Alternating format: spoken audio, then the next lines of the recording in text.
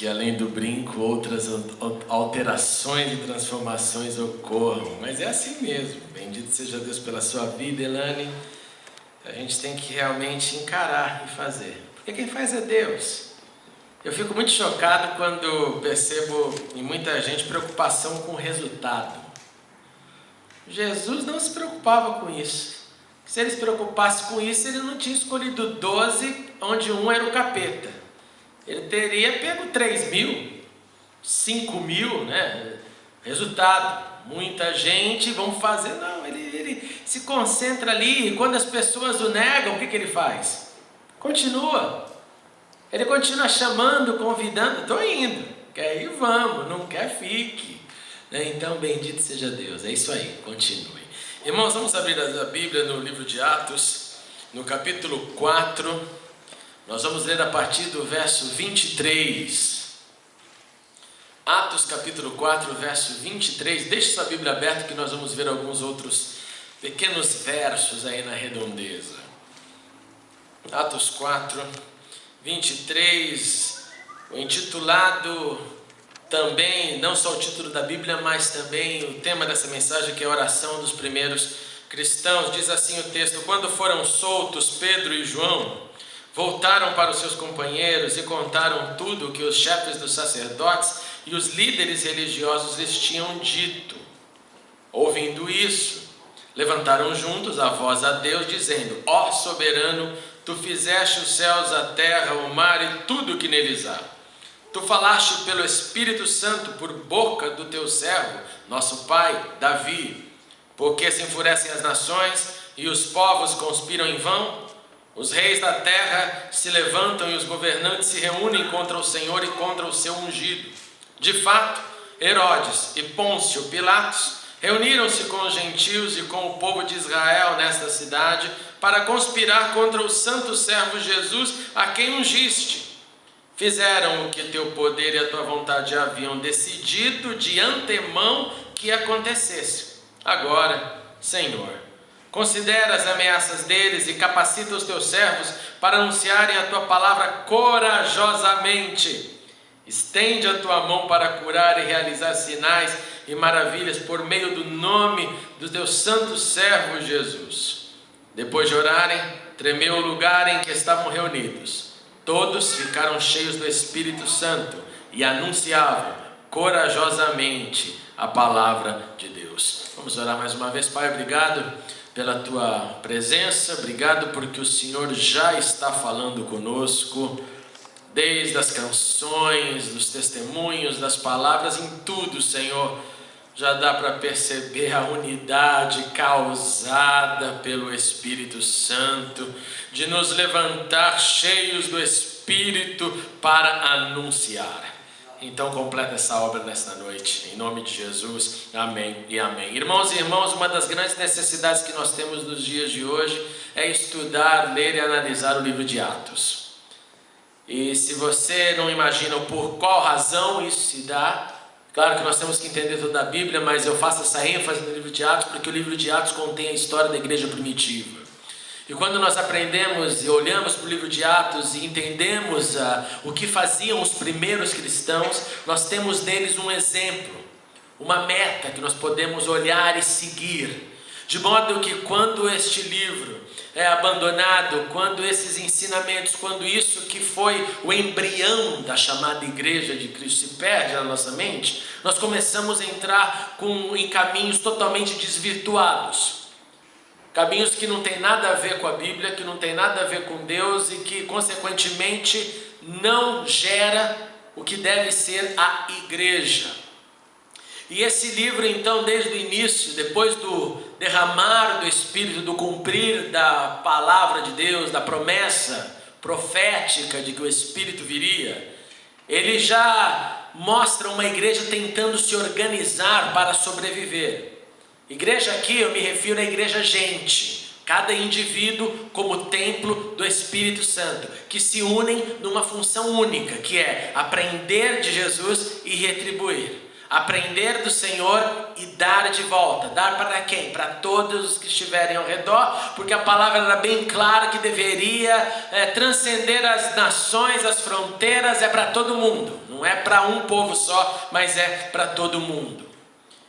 E de modo que neste ambiente, que era um ambiente também hostil, porque era um ambiente lá em Israel, acima de tudo em Jerusalém, o centro nervoso da fé, um lugar que estava sob ocupação romana, um lugar que tinha grupos religiosos tentando controlar as pessoas, um lugar onde tinha perseguição gratuita e normal, e tinha também toda a influência helênica. Em Jerusalém, para você ter uma ideia, depois ali da virada do século, do milênio, perdão, o que mais aconteceu em Jerusalém depois das conquistas de Alexandre o Grande era a maioria das mães davam o nome para os seus filhos de Alexandre. Só para você ter uma ideia do nível de influência grega. Então, como eu já tenho falado, além do esporte, além da cultura, além da filosofia, quase todos os bebês, se fossem homens, o primeiro nome que eu escolhi era Alexandre, por causa da helenização. E nesse ambiente a igreja, gente, começa a se reunir. A igreja, gente que foi tomada, foi cheia do Espírito Santo, ainda sem saber para onde ir, o que fazer. E não é difícil imaginar isso, porque nós lemos lá no capítulo 2, no derramado do Espírito Santo, que 3.000 almas se batizaram em um dia. Eu fico sempre me perguntando, é uma pergunta minha, ou entre muitas, para o céu, é o que eles fizeram? Porque como que você mantém essas 3.000 pessoas? Como você rege essas 3.000 pessoas? Tinha ali os 11 apóstolos, depois entra Matias, vem 12, né, de novo o número é restituído, e 3.000 para alimentar. E a Bíblia é clara que diz para a gente, nos informa que os discípulos ou aqueles que receberam a palavra, eles perseveraram unanimemente no ensino dos apóstolos, o que significa que os apóstolos eram os in charge para doutrinar, para ensinar esse povo, mas era uma massa enorme, 3.000 pessoas. 3.000 para 12, você imagina quanto cada um deveria aí ter cuidado. E não ficaram só nos 3.000. E eles então usaram Jerusalém no início da igreja primitiva como esse quartel-general de, legal, recebemos o Espírito, vamos ficar um pouco por aqui, e acabaram ficando demais, e por ficar demais, veio uma perseguição danada, e todo mundo entendeu que deveriam sair, partir, e assim a igreja se espalha, e chega aqui em Londres, em Salisbury Town, em 2012, nós estamos aqui continuando essa história. O trecho que lemos então vem desse contexto. E ele começa com a visita de 2 apóstolos, Pedro e João, ao templo. Porque como prática da igreja primitiva, eles mantiveram 2 tipos de reuniões. Guardem isso. A primeira reunião era no templo, a segunda reunião era nas casas. Eles iam no templo na hora das orações. E a hora da oração no templo naquela época eram 3 vezes ao dia. 3 vezes ao dia, principalmente os que estavam em Jerusalém, corriam para o templo, faziam uma oração, voltavam para os seus trabalhos. E assim funciona até os dias de hoje. Além dessa ida ao templo, eles se reuniam nas casas. E nas casas era onde eles obtinham o ensino apostólico. Porque os apóstolos não podiam chegar no templo livremente e falar. Se eles falassem, eles teriam problemas, como aconteceu nesse texto que nós lemos. E essa vida, essa dinâmica de um grupo maior e um grupo menor, se perpetuou por toda a história da igreja. Onde entendemos que o modelo é um grupo grande coletivo, um grupo pequeno, mais conectado, mais unido, onde corações podem ser abertos, o valor da casa, o valor do ambiente informal. Pedro e João, nesse texto que lemos, nesse contexto que lemos, eles estavam indo ao templo para orar. E, como de costume, eles estão chegando ao templo e lá se deparam com um aleijado. Esse aleijado tem mais de 40 anos de idade, é um adulto. Porque você tem que se lembrar que vida adulta na Palestina antiga era qualquer pessoa acima dos 30 anos de idade. Esse homem então de nascença era aleijado e mais de 40 anos é o que nos diz o texto. E esse homem era colocado lá na porta porque os piedosos a caminho do templo talvez teriam seus corações amaciados de dar uma esmola para aquele que precisasse. Por isso que é uma boa alma, que nós não sabemos quem, colocava esse aleijado diariamente na porta, ou numa das portas do templo. E eles passam até lá, esse aleijado pede para eles dinheiro, alguma ajuda, e Pedro e João olham para ele e dizem para ele: olhem para nós, olhem para mim. Eu não tenho ouro, não tenho prata, aquela frase que nós muito conhecemos e amamos, mas o que eu tenho eu te dou, em nome de Jesus, o Nazareno, levante e ande. O texto nos diz mais, que dá a impressão para mim que o aleijado não acreditou muito na história. Porque se você continuar a ler o texto com atenção, você vai reparar que depois que ele fala isso, ele vai até o aleijado, pega na sua mão e ajuda-o a levantar. E nesse processo de ir, dar a mão, ajudar a levantar, a Bíblia diz que as pernas deles imediatamente se tornam firmes e eles se levantam. E ao se levantar, o camarada sai pulando de alegria. Sai desesperado. E a Bíblia diz que se junta então o ex-aleijado Pedro e João, entram no templo, porque mais lembram, eles estavam na porta, e começam a pular e dançar e gritar. Realmente é um negócio. Você imagina a alegria, como você chegar hoje no Paralímpico e ver lá um atleta que por anos está numa situação de uma cadeira de roda, de repente há um milagre acontecendo na sua vida e o camarada levanta. Você imagina a alegria. Não dá pra gente, nós não entenderíamos, nós não entendemos esse negócio. E diante desse êxtase, esse pulo, caramba, eu estou andando depois de 40 anos. A Bíblia diz que os sacerdotes olham para essa situação, dão um desespero danado e vão atrás de Pedro e João e mandam: para, menos. E acabam levando para preso. Acabam colocando a guarda do templo, pega Pedro e João, e não podiam julgá-lo naquela noite, mas falaram: para garantir a paz no templo, deixa esses caras presos, amanhã nós conversamos. E eles então ficam presos, acordam no dia seguinte para serem julgados, e na hora do julgamento, o que tentam fazer com eles, e pedir para eles, é que eles parassem de falar. Que eles, some com essa história daqui. E é muito lindo, porque se você abrir lá, volta lá no capítulo 4, verso 12, a primeira declaração linda que Pedro e João fazem diante desse pedido de ficar quieto, eles falam assim: não há, 4:12 de Atos, não há salvação em nenhum outro, pois debaixo do céu não há nenhum outro nome dado aos homens pelo qual devemos ser salvos, como cantamos hoje. Nome sobre todo nome é o nome de Jesus.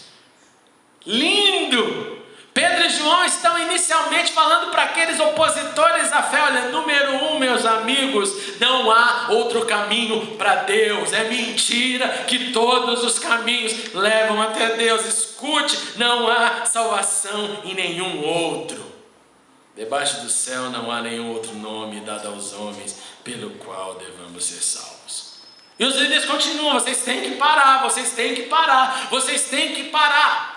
Segunda declaração linda que eles fazem, pula aí para o verso 20. Eles respondem para as autoridades: pois não podemos deixar de falar do que vimos e do que ouvimos. Eles estão enfrentando autoridades que têm poder de torturá-los, que têm poder de colocá-los na prisão e mantê-los na prisão. Autoridades que estão dando warnings, estão dando: olha, é melhor vocês ouvirem o que nós temos para falar para vocês, o que nós temos falado. E eles olham na cara dura, diante do perigo de vida e morte. Me desculpe, mas nós vamos continuar falando. Como esse milagre causou um barulho tremendo ali no templo, muita gente ficou tocada com esse negócio, e a Bíblia dá mais um dado fantástico. A Bíblia diz que como consequência desse milagre e da pregação, porque você imagina, na hora que o cara começou a pular, todo mundo reconheceu o ex-aleijado. Chegaram para Pedro e João. Pedro e João começam então a pregar, a falar: isso que está acontecendo aqui é o Jesus que vocês crucificaram. É o Jesus que vocês pensaram que tinha acabado com ele. Ele está vivo e ele é poderoso. A Bíblia completa nos dizendo que mais 5.000 homens se convertem diante desse acontecimento. Quando a Bíblia menciona 5.000 homens, você tem que lembrar que tem a adição ainda de mulheres e crianças, então o número é grande. E diante desse contexto, a fofoca santa passa como passa em todo lugar. 5.000 pessoas estavam de alguma forma nesse trânsito do templo. 5.000 pessoas foram tocadas pela história. Não sei quantos deles foram testemunhas oculares, porque é difícil você imaginar 5.000 pessoas vendo o mesmo evento na mesma hora. Mas é um número grande, e esse número contamina o próximo, e bate ali um frenesi, e todo mundo sai para casa divulgando a história. Eu vi, o aleijado não está mais lá. O Zé Buleta não anda mais lá. Aconteceu um milagre. Por essa razão, os líderes religiosos decidiram então soltar Pedro e João, porque não tinha como abafar o caso. Não dá para abafar, não dá para falar que não aconteceu. Está todo mundo alegre, todo mundo pulando, todo mundo feliz. Solta esses camaradas, senão nós vamos ter problema. Tudo isso está no texto, tá, gente? Você pode ler à vontade, se divertir com os detalhes em casa. E diante desse contexto então, Pedro e João, a Bíblia diz que eles voltam para os seus companheiros. Algumas sugestões que têm sido dadas sobre esse texto é que voltaram para o lugar do cenáculo, onde receberam o Espírito, porque acreditam que aquele lugar onde foi derramado o Espírito ficou sendo usado por um pouco no início da igreja pelos discípulos. Independente de onde seja, o texto nos mostra que ele volta, se reúne com seus companheiros e contam tudo o que aconteceu. Chegam lá para eles e dizem: olha, essa história é a seguinte, gente, aconteceu um milagre tremendo.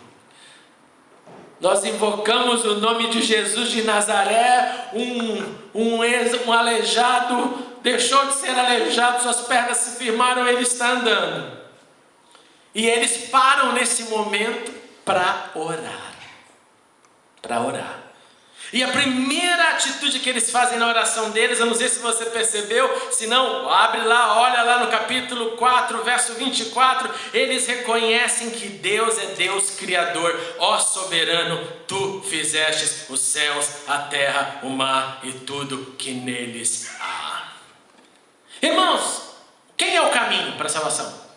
Responde.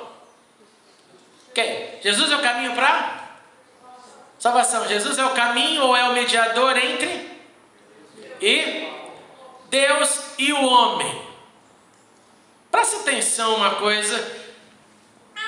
Às vezes eu percebo um certo deixar Deus de lado, um ato absurdo de ignorância, porque Jesus é o caminho até Deus. Jesus é o caminho até Deus. Ninguém vem ao Pai senão por mim. Não é ninguém vem por mim senão eu. Ninguém vem ao Pai. Quando os discípulos que invocaram Jesus, não tem ouro nem prata, mas em nome de Jesus, a fórmula que nós conhecemos. Você levante e você ande, sim, invocaram Cristo Jesus, como nós aprendemos e sabemos por todo o discurso bíblico, que nós oramos em nome de Jesus. Mas Jesus nos leva ao Pai. Por isso que aquele que não entende o Antigo Testamento, talvez entendeu o caminho, mas não entendeu o final. O caminho leva ao final, e o final é o Pai. O caminho é esse encontro com o Pai. Inclusive, se eu te perguntar dos múltiplos nomes de Deus do Antigo Testamento, nós vamos ter aqui uma boa lista de vários atributos do que Deus é. Estão comigo? Agora, se você for para o Novo Testamento e eu te perguntar qual que é o nome revelado de Deus no Novo Testamento, qual que é? Yahvé Sheba Shamayim, Pai nosso que estás nos céus. No Antigo Testamento você tem atributos, qualidades, você conhece quem Ele é. No Novo Testamento, Jesus fala, é o Pai. Chame de Pai, intimidade, relação. Eu estou levando você até Ele. De modo que os discípulos aqui, tendo invocado Jesus, começam a sua oração dizendo: sim, o Senhor é o Criador. Primeira coisa, reconhecimento da criação do Deus Criador. Segundo ponto importantíssimo, olha lá comigo no verso 25. Tu falastes pelo Espírito Santo por boca do teu servo, nosso pai Davi, porque se enfurecem as nações e os povos conspiram em vão, os reis da terra se levantam e os governantes se reúnem contra o Senhor e contra o seu ungido. Na oração, os primeiros cristãos, guardem isso, os primeiros cristãos na sua oração estão aqui falando de cor. Não sei como foi a escola dominical lá, ou a escola de sábado das crianças, mas eles estão recitando o Salmo capítulo 2, verso 1 e 2. No meio da oração de seguidores de Jesus, eles começam com Deus Criador, parte para um Salmo, capítulo 2, leia em casa. Terceiro, eles deixam claro que existia uma conspiração política, e eles citam o nome aqui de Herodes, que era o tetrarca da Galileia. Ele cita o nome de Pôncio Pilatos, que era o governo da Judéia, e que ambos reuniram-se com os gentios. Em outras palavras, todo o contexto social, norte de Israel com Herodes, sul de Israel com Judéia, Jerusalém, mais o povo, todos esses conspiraram contra Jesus. Conspiraram como e de que maneira? Primeiro, naquela brincadeira que vocês lembram, Pilatos manda Jesus depois da prisão para Herodes, Herodes manda de volta para Pilatos, e Pilatos, sem saber o que faz o quê? Lava suas mãos e fala: povo, o que querem que eu vos faça desse Cristo? E entre Cristo ou Barrabás, a conspiração foi: solte Barrabás. Os discípulos, os primeiros cristãos nessa oração estão reconhecendo: houve um drama político na nossa nação, mas esse drama político também foi obra, permissão de Deus. Esse drama foi a manifestação da vontade divina. Olha que lindo no verso 28. Fizeram o que o teu poder e a tua vontade haviam decidido de antemão que acontecesse. Tinha governo, mas eles estavam agindo de acordo com o supremo governo.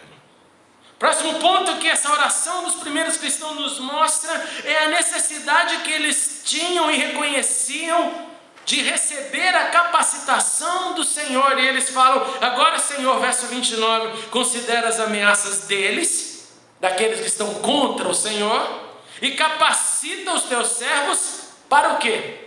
Para fugir de Jerusalém e tomarem conta da sua vida são e salvos.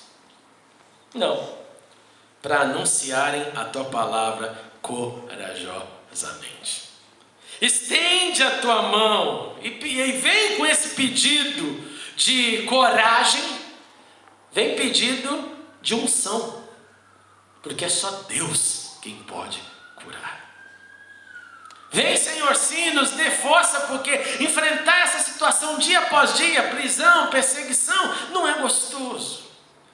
Mas se o Senhor nos der esse poder, e o texto continua dizendo que eles pedem pelo esse enchimento do Espírito. Nós queremos ser cheios do Espírito, e como consequências do ser cheio do Espírito, verso 31, nós lemos o que acontece. Depois de orarem, tremeu o lugar em que estavam reunidos, e todos ficaram cheios do Espírito Santo, e não voltaram para casa, mas anunciavam corajosamente a palavra de Deus. Irmãos, qual seria o teu conselho se alguém chegasse para você e falasse assim: olha, acabei de voltar da cana, estava lá vendo o sol quadrado, porque estava falando de Jesus para um muçulmano, sabe, Elane, e me prenderam. Ou, vamos imaginar que o que nós ouvimos hoje, a Elane vem aqui contar essa história, e a história terminasse assim: mas vocês não sabem o que aconteceu, irmãos. Os líderes da mulher ficou sabendo, me pegaram e deram uma surra em mim, no Gabriel, na rua. Gabriel perdeu um bando de dente, eu estou cheio de hematoma e vim aqui pedir para vocês: o que eu devo fazer agora, igreja? Eu não tenho dúvida que ia surgir alguém com a mente da consciência dizendo: você foi longe demais, irmão. Foi longe demais, já está colocando em risco, a situação está perigosa, melhor a gente parar com esse negócio, deixa eles que o diabo os carregue. Tá? Eu não tenho dúvida. Eu não tenho dúvida. Eu não estou falando da Link Church, não. Estou falando em qualquer ambiente, essa voz se levantaria. Estava num contexto, um dia de pregação lá no Brasil, quando eu vou lá nas minhas missões de ensino, pregando. De repente eu estou lá, acabou o culto, está tudo bem. Chega uma situação de um drogado que entra na igreja e a igreja distribui a cesta básica. E esse drogado, viciado em crack, ficou sabendo da igreja e ia lá, pegava a cesta básica, que era para dar mesmo para os necessitados, mas o problema é que ele saía da igreja, vendia a cesta para comprar mais droga. Isso aí é mal, muito ruim, não é esse o objetivo era dar comida para quem não tem. Mas eu não esqueço dessa cena de ver todo mundo liderando a igreja desesperada, com ódio, com nervosismo. Eu fiquei olhando aquela situação, de repente falei: não vai dar para ficar quieto. Eu falei: irmãos, pelo amor de Deus, dá para parar e a gente orar aqui? Porque o camarada que fez isso, claro que está errado, claro que não é legal, eu sei que o coração de vocês é suprir o necessitado, normal. Mas não vamos esquecer que ele é gente, que ele é um cara com necessidade, e o contexto dele é que ele era pai de 2 crianças que estavam em casa em situação de perigo. Mas na hora só bateu o que? Sabe, estão enganando a gente. Estão enganando, fazendo alguma coisa. Pô, não estou aqui pregando o evangelho, deixa tudo acontecer. Não é isso. Mas nós não podemos nos esquecer que a nossa realidade ela é regida pela espiritualidade. E se em 1 minuto da vida você desconecta entre espiritual e carnal, uma decisão pode ser bem errada. Pode ser bem errada. Assim como pode ser bem acertada. O que acontece é que esses primeiros cristãos, diante do problema, eles não falam: vamos fugir, ou para, ou fomos longe demais. Eles falam: Senhor, nos dê mais força, nos dê mais coragem para falar. Nos ajude a continuar cumprindo o anúncio. Aquilo que nós ouvimos, recebemos e aprendemos, nós temos que dar a outros. Essa é a nossa missão, essa é a missão dos primeiros cristãos. De modo que, como disse, irmãos e irmãs, os anos passaram, 2 milênios se passaram dessa história, e eu acho que em nome de Jesus nós precisamos olhar para ela de novo e chegar à plena conclusão de que talvez falte para nós esse enchimento do Espírito. De que talvez falte para nós esse desejo único de todo mundo de dizer: eu quero, eu preciso do toque, da coragem. Davi falou isso hoje, as canções falaram isso hoje, nós ouvimos isso o tempo inteiro hoje. E bendito seja Deus que ninguém se falou com ninguém hoje, nem durante a semana, sobre esse assunto. Agora, se eu e você queremos essa fé que esses cristãos primeiros tinham, você não pode, irmão, simplesmente ficar nessa linha de eu creio, porque eu creio não basta. Se o que eu creio, se o que eu acredito não é transformado em ação, não vai existir maturidade, crescimento como resultado da ação. Você pode dizer que tem a fé que for, você pode dizer o que você quiser, do que você ouviu, do que você ouve, do que você recebeu. Se isso não for colocado em prática, e eu confesso para você, de todos esses anos, a melhor prática é aquela que vem quando começamos a falar. Sabe por quê? Quando nós começamos a falar, é como estar diante de um espelho. Tem como você ficar diante do espelho e não se ver? Tem como você estar com o olho borrado de maquiagem, mulheres, olhar para o espelho e não ver? Se olhar, se tiver toda borrada, você vai olhar, ele vai te mostrar. Se tiver com o dente lá com um feijão enorme, ele acaba aí o feijãozão lá grudado. vai ver na hora. Quando nós começamos a obedecer esse negócio aqui, esse espelho vem e fala, opa, mas aí tem um detalhe aí, né? Por isso que eu falei espelhando, né? Quando ela falou, tem um material, eu falei, tem a Bíblia. É a Bíblia, é a Bíblia. Bíblia, você tem a Bíblia. Irmãos e irmãs, em nome de Jesus, se nós temos que ser como os primeiros cristãos, continuarmos isso, porque esse é o ponto, nós olhamos para o livro, nós somos o povo do livro, em nome de Jesus, nesse culto de ceia, olhe para os céus e fala, Senhor, dê-me unção, dê-me coragem para eu compartilhar, e no momento em que você compartilhar, você vai experimentar um nível de fé que aumenta, no momento que você deixa essa realidade de lado, e fica só engordando, recebendo para você, você não experimenta a realidade da fé, porque fé é igual a amor, como o amor é dar, fé também é dar. Tudo que nós cremos, nós recebemos pelo amor do Senhor e é para dar. Não é para fica para mim quietinho, só eu e eu vou cuidar da minha vida, eu já recebi que todos os outros, cada um, não, é para mim, não, é para eu dar. Queria te convidar a abrir a sua Bíblia no carta de Romanos, capítulo 10, para nós terminarmos. Por favor, abra e leia comigo, Romanos 10. Queria também pedir que, por gentileza, venha aqui pastor Robson e Davi para preparar umas canções abençoadas para a gente na ceia. Romanos 10, 14, por favor, eu queria te encorajar a escrever isso, imprimir, colocar na geladeira, no desktop, no iPhone, em todos os lugares esse verso. Romanos 10, 14, que diz assim, como, pois, invocarão aquele em quem não creram? E como crerão naquele de quem não ouviram falar? E como ouvirão se não houver quem pregue? E como pregarão se não forem enviados?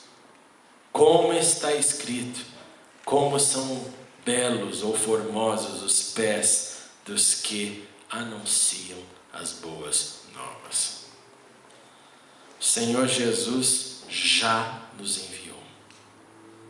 O Senhor Deus já nos deu toda força que vem do Espírito. Mas se estiver precisando de mais, é só falar, Senhor, dá-me mais força e coragem. Eu não tenho dúvida em dizer que os medos do dia de hoje não são relacionados com prisão, pelo menos aqui no mundo livre. Eu não tenho dúvida em te dizer que o calar, o não compartilhar, não tem nada a ver com o medo de passar a noite na cadeia. Mas tem a ver com uma ausência do Espírito. Ouve isso que eu lhes falo com amor. Com amor. Existem coisas pequenas que nós podemos fazer para compartilhar a fé. Tão pequenas. Você já percebeu, né? Quem é meu amigo lá no Facebook já percebeu, né? Dia e noite eu só tenho uma coisa que eu faço ali, é divulgar a palavra, a fé. Espero que vocês tenham aproveitado essa semana a dose do dia.